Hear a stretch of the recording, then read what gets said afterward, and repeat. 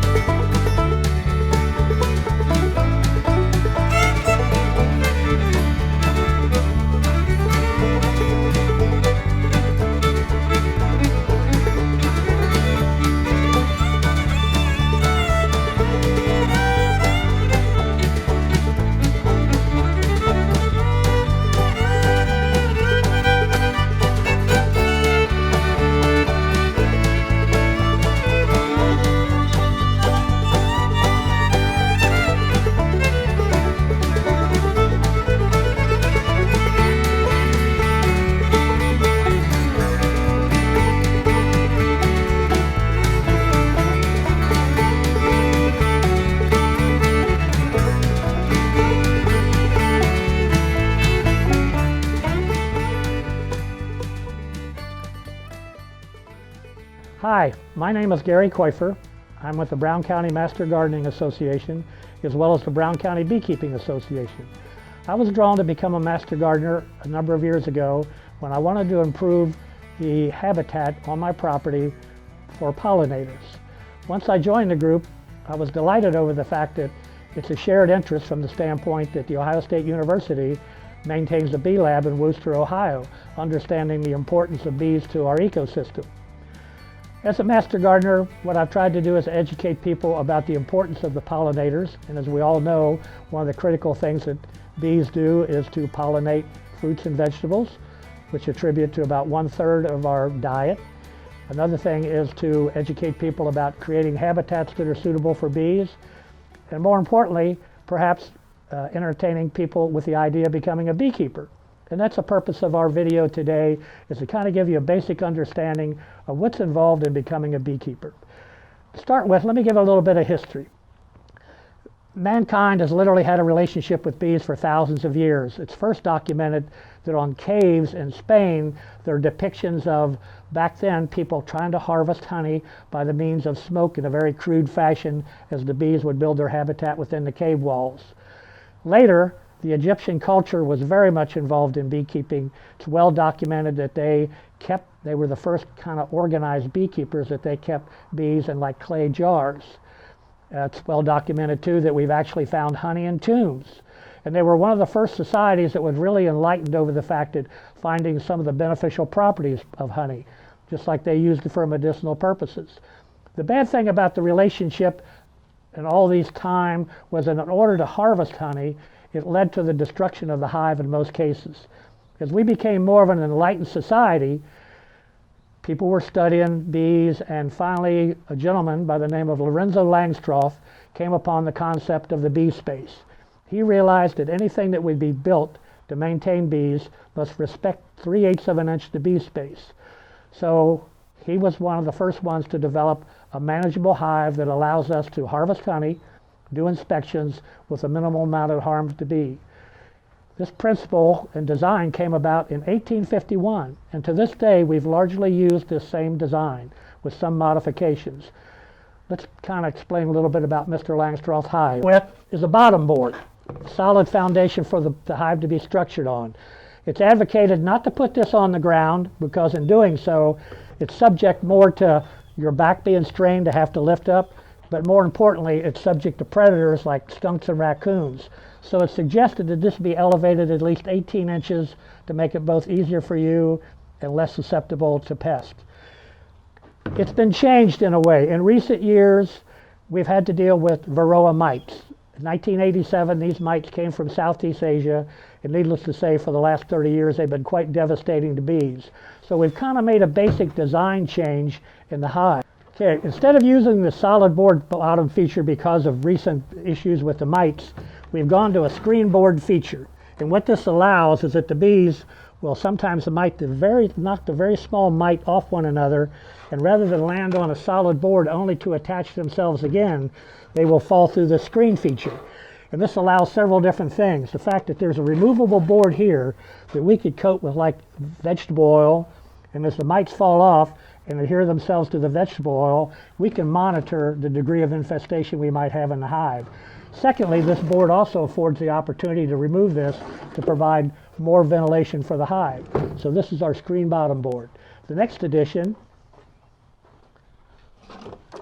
is what we call the deep super. And as you can see, the various frames in here are represented by the 3/8 bee space that Langstroth talked about. The deep super is the main habitat of the bees. A prudent beekeeper never takes any of the resources out of this particular part of the hive because this is what the bees need to survive on in terms of the honey. Within these deep boxes, they provide their honey. This is where they have their brood or their babies, where the queen resides. So, as I say, this is the habitat of the bees. It's made up of basically a frame in this manner. And then what we do upon setting up a new hive is we put foundation. This happens to be beeswax. It has the hex comb shape impregnated on the comb to kind of give them the directions of how you want it to be built. Currently, there's also plastic that's coated with wax that could be utilized as well. I'm kind of an old school guy, so I stay with the wax type thing. Purpose being is that when they draw this out, this is what it will represent. As you can see, the comb's drawn out in a vertical fashion. So this is what the hive basically consists of as far as the Langstroth hive. I've only brought one box along for illustration purposes today, but normally here in southeast Ohio, we would have at least 2 of these to maintain the bees over the winter. Generally through our winters here, they need like 60 to 70 pounds, and that's what 2 boxes would provide. When they fill the 2 boxes up, and that's generally within the first year, that's what it takes. When we work with packages, which we will talk about shortly, the expectation is that you can't get honey within the first year because it requires all their resources to draw out this comb, fill these 2 boxes up. So unless you have exceptional bees in exceptional location, there's little expectation for the honey the first year. Now come the second year, the boxes are full, and we're now ready to add what we call our honey supers, or smaller boxes to it.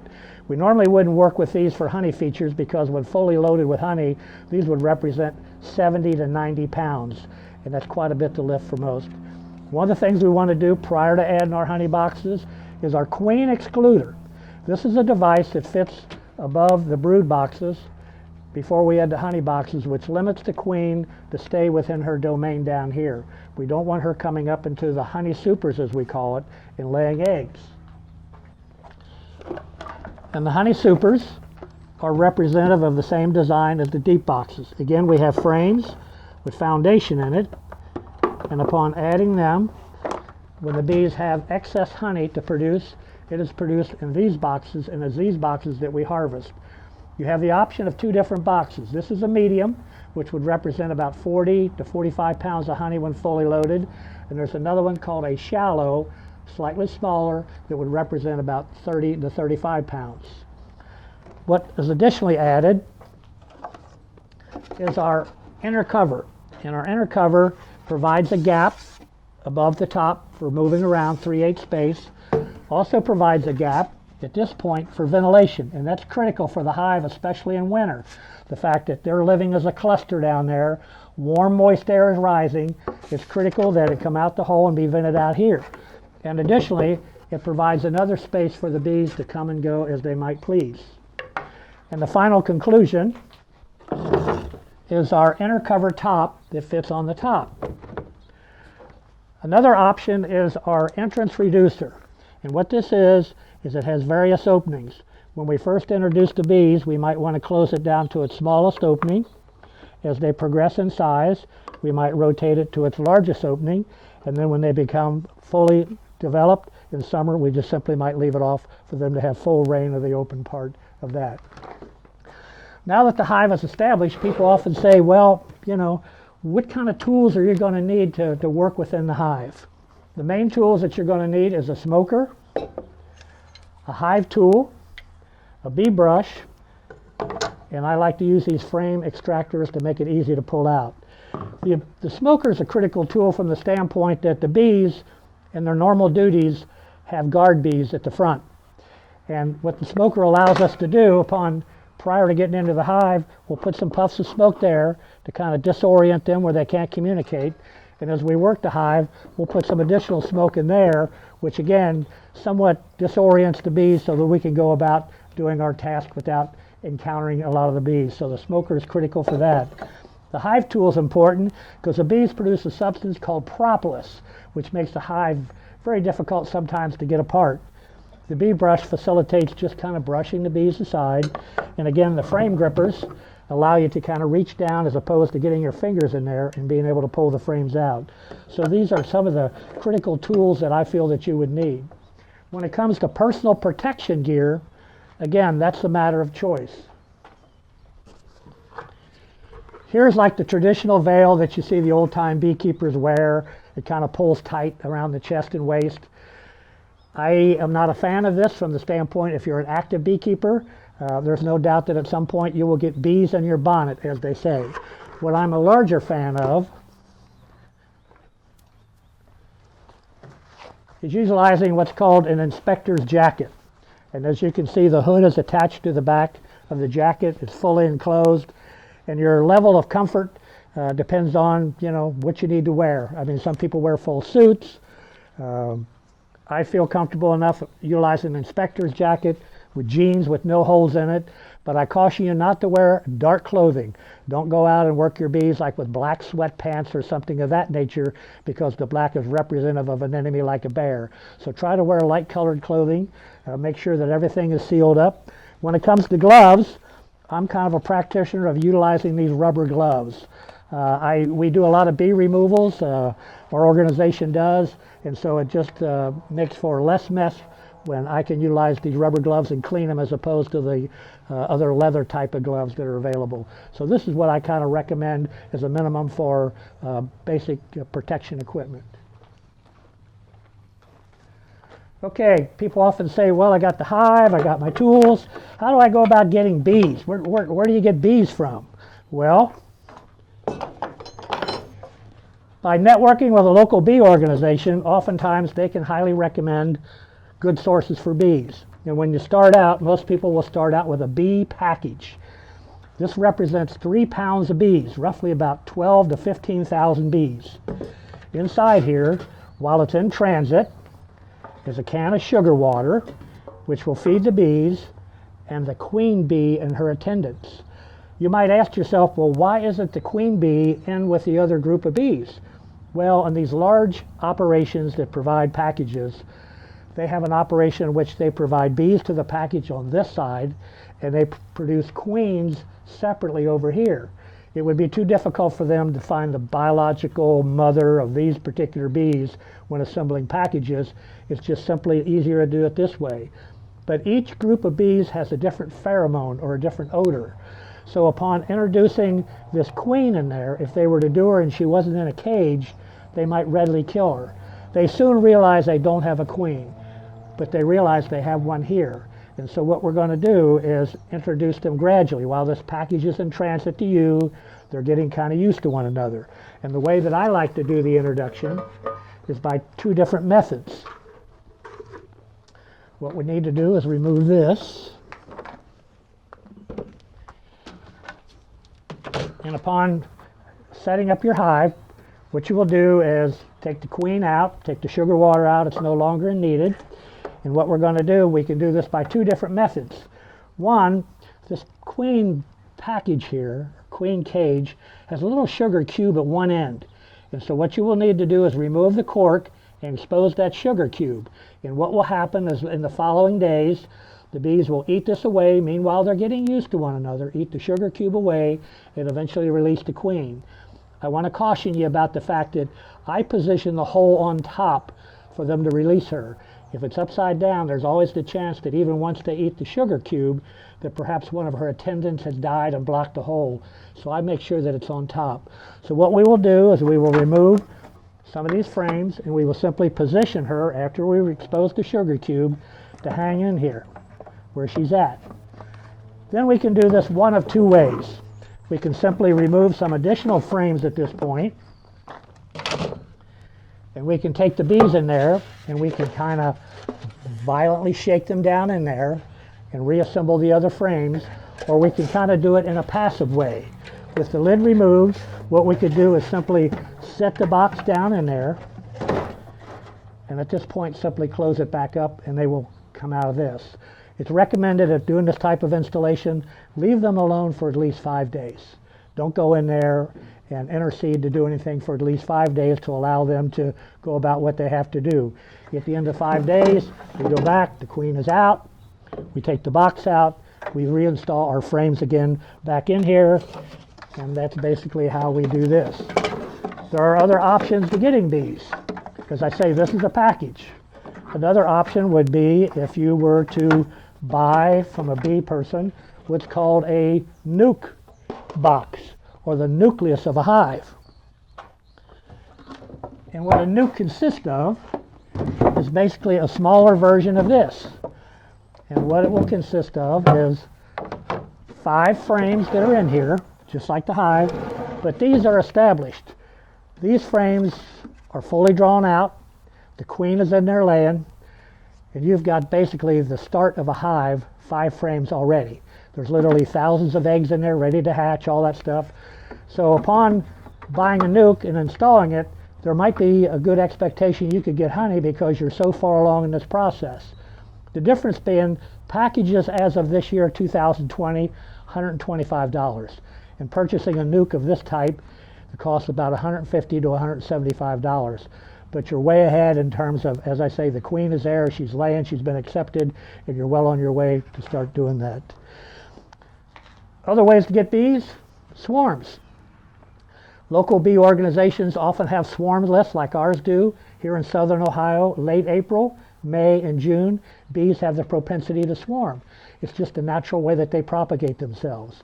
So if you have your equipment ready, which you could possibly do, join a local organization, get your name on the swarm list as we call it, and when the general public calls us in regard to having a swarm, you're dispatched out to get it, and voila, you're basically getting free bees. Additionally, by getting swarms, you're doing bees a big credit. The fact that sadly in our current environment, most of the swarms that go out, only 16% survive within the first year. So anytime that we could get a swarm, it's good for two reasons. You're going to help them survive, and they have good genetics for the area that they're in. They're used to the current environment in which they come from. We also encourage people to call us in regard to the swarm situation because those bees are looking for a habitat. And sadly, in the absence of a lot of natural habitat like hollow trees and other things currently, they will seek out dwellings, buildings, other type of thing. All they need is 3/8 of an inch, that bee space, in a void area. It might be an older home that doesn't have insulation in the wall. It could be a newer home that doesn't have insulation between the floors of the structure. And once they go in, they'll build a habitat. That's another option. The fact that if you know of someone dealing with a situation like that, again, there are bee organizations that can remove those and remove those humanely. And the way that we do that is with the use of a bee vacuum. Now, should the situation arise in which bees have made their way into a structure, it's not necessary to kill them. In fact, my understanding is that most large extermination companies are reluctant to kill bees today. They would recommend that if you could find someone to remove them, do so. This happens to be a bee vac. It's set up in such a way that this large hose, we can vacuum them out. There's an opening here in which I can adjust the pressure so we can minimize the amount of suction. And inside here, what we have is a box which the bees can gather in. Screen type feature. So like I said, we can humanely go ahead and vacuum them in. So those are options, other options in terms of getting free bees. This is kind of some of the basic equipment that you would need to get started in beekeeping. We'll post some information about additional resources. The Bee Lab is an excellent resource. The Ohio State Beekeeping Association is another real good source, and we'll post that information for you. Now that we've kind of covered what's involved in the equipment, why don't we go to the bee yard and take a look and see what's going on there. So come on, let's go out to the bee yard and take a look at a hive. We're about ready to get into the hive, and one of the things we want to utilize is our smoker. Now the bees in their development, each one of them has different duties to do as they progress. When bees are initially born, among their first duties to be like house bees to take care of the young. Then they become cleaners of the hive. Then what happens is that they become perhaps guard bees, and there are guard bees outside here, that their sole duty is to guard the habitat. And usually their last duties is to become foragers. What's interesting is that the bees, the summer bees, live for a period of about 4 to 6 weeks. They literally work themselves to death. Now the bees we will be dealing with today are basically the winter bees. The fact that now these girls won't be foraging, it's winter time, where their primary duties will be to exist in the hive in a cluster, work their wing muscles to generate heat in this cluster as they need to warm the group up within the hive. These bees, whereas the summer bees only live for about 4 to 6 weeks, the winter bees will live up to 3 to 4 months because, as I say, their duties are primarily just to be within the hive. What's amazing about the winter bees is the fact that, needless to say, they will be consuming honey in order to generate the heat, the energy that they have. They will need to expel waste. What's interesting about the winter bees is that they can hold their waste up to about 6 weeks. So when we do have days in the winter time to facilitate them being able to go outside, perhaps temperatures in the high 40s, low 50s. They have the ability to go out and expose their waste at that time. So what I'm going to do at this point, utilize my smoker. Then we will approach it from the top. And as we talked about earlier, this is the telescopic lid that fits on top.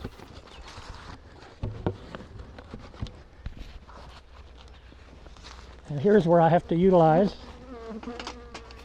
They use a substance to seal everything together called propolis, which is the need for the hive tools.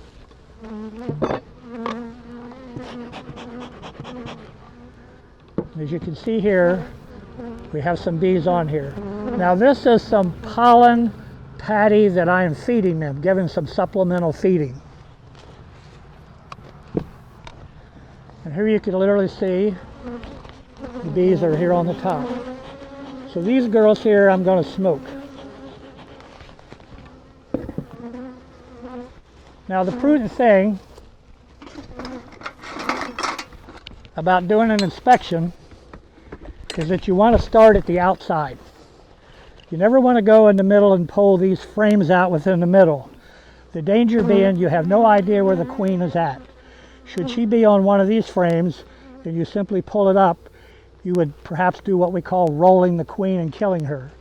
So what we want to do is we want to start on the outside, and we want to kind of work slow and meticulously. So we're going to pull these outside, at least one of these outside frames out, which would facilitate very slowly moving the other frames. We've got the initial frame out on the end, which provides us space to slowly kind of pull the other frames out and do an exam. And as we can see here, we're largely dealing with honey. That's more or less filled. You can see on this side the comb area where they've yet to put the honey in. Let's explore a little bit further in and see what we find here. The expectation is that sometimes in the upper box, largely in the middle, where the queen will possibly be laying some eggs. Again, we're largely dealing with sealed honey. As you can see, this is kind of dark honey behind the comb, which is kind of indicative of goldenrod honey for this time of the year. It's usually a very dark, strong honey. Let's pull another frame here. And as I mentioned earlier, we're spreading these apart, pulling them out carefully, given the fact that we don't want to hurt any of the bees, especially the queen. Again, we're dealing largely with honey. Let's kind of take a look down below at this point and see if we have the good fortune to perhaps see a little bit of the brood. As I mentioned, the expectation for this time of the year is that we won't see very much. They're cutting back.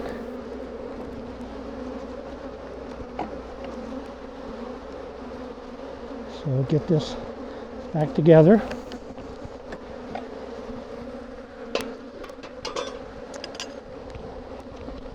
And then we will pull this box off. This is representative, a deep super when fully filled full of honey is representative of about 70 to 90 pounds, which is why, as I mentioned in the earlier part of the segment, the honey supers are of a smaller nature to facilitate easily handling. Fully loaded 70 to 90 pounds, the medium super that we discussed in the earlier part of the video represented about 40 to 45 pounds of honey.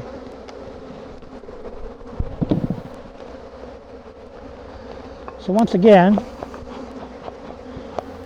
we'll smoke them.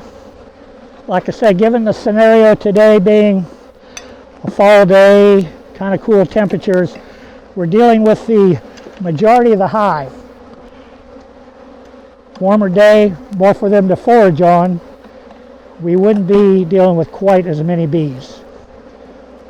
But we wanted to include this as part of the scenario.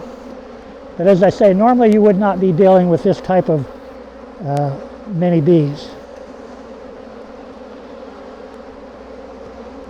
Now they have not made use of this area as yet for honey production.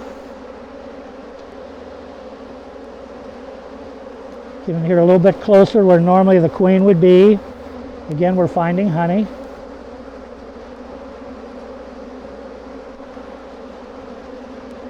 And as I say, our hope is that perhaps we will see at least a small pattern of brood or something of that nature.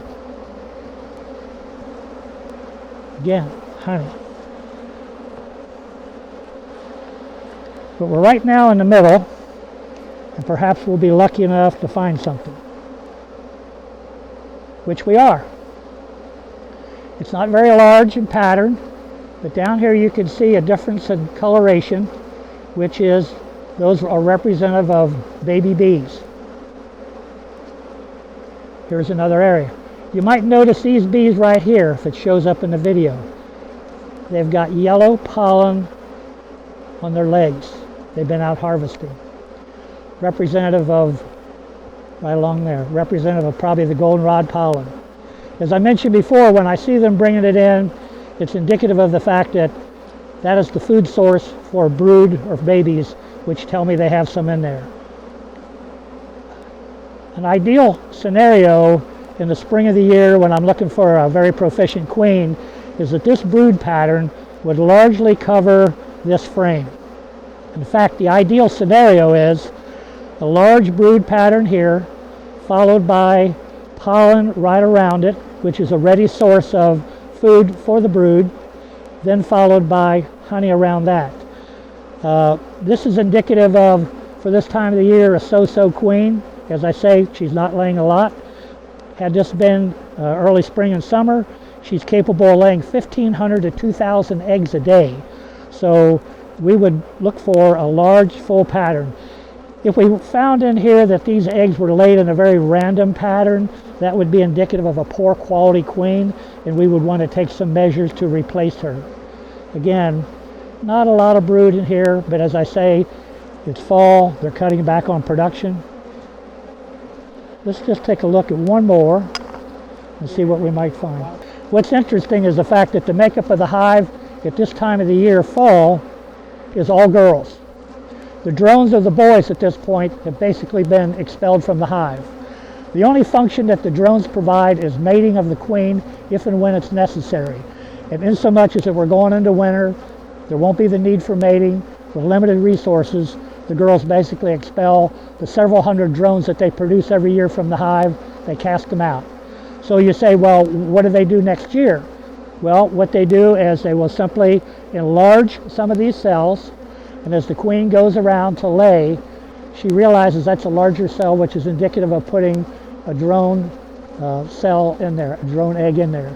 And they will only generate several hundred of those for their needs next year. So right now, the makeup of the hive is all girls at this point. Well, we've kind of seen what we could see here today. I'm going to slowly close this back up. Like I say, a normal inspection would not be indicative of this many bees flying around. It's just not the ideal day to do an inspection, but it's something that I wanted to include in the video. So don't be intimidated by the fact, if you were interested in beekeeping, that this would be what you would normally have to deal with. As I say, you pick your time and your place to do the inspection. This is not the best time to do it, but as I say, we really wanted to kind of include something in the video to kind of give you some idea of what's involved in the inspection process. What's important too in locating your hive, and I plan on relocating part of this apiary to a sunnier location. The fact that as we went through the inspection, given the shade, it's difficult to see sometimes the eggs in the cells, looking for the queen, things of that nature. So the ideal scenario in locating your apiary would be full sunlight. Especially in the morning, the hive gets the sun, it warms it up, gets the bees going out. The sunlight facilitates you doing a thorough inspection of the hive, everything you wanted to see. Perhaps another scenario would be ideal sun through most of the day and perhaps late afternoon or evening shade to facilitate the bees. So what we're going to do is smoke the girls once again. We're having to use more smoke than normally what we would use, given the fact that we are dealing with a preponderance of the bees. They're all home today, just kind of hanging out at the house.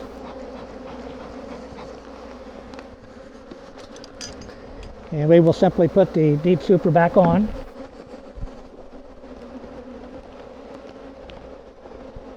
Taking measures not to hurt as many as we can.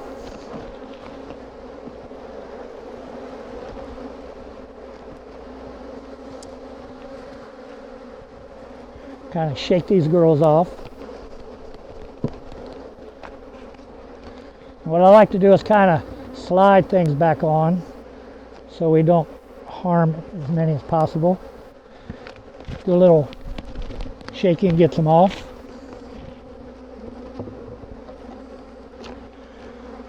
So this basically includes what a fall inspection is. Another aspect of doing fall inspections is that you have to be very careful about doing it for any lengthy period of time.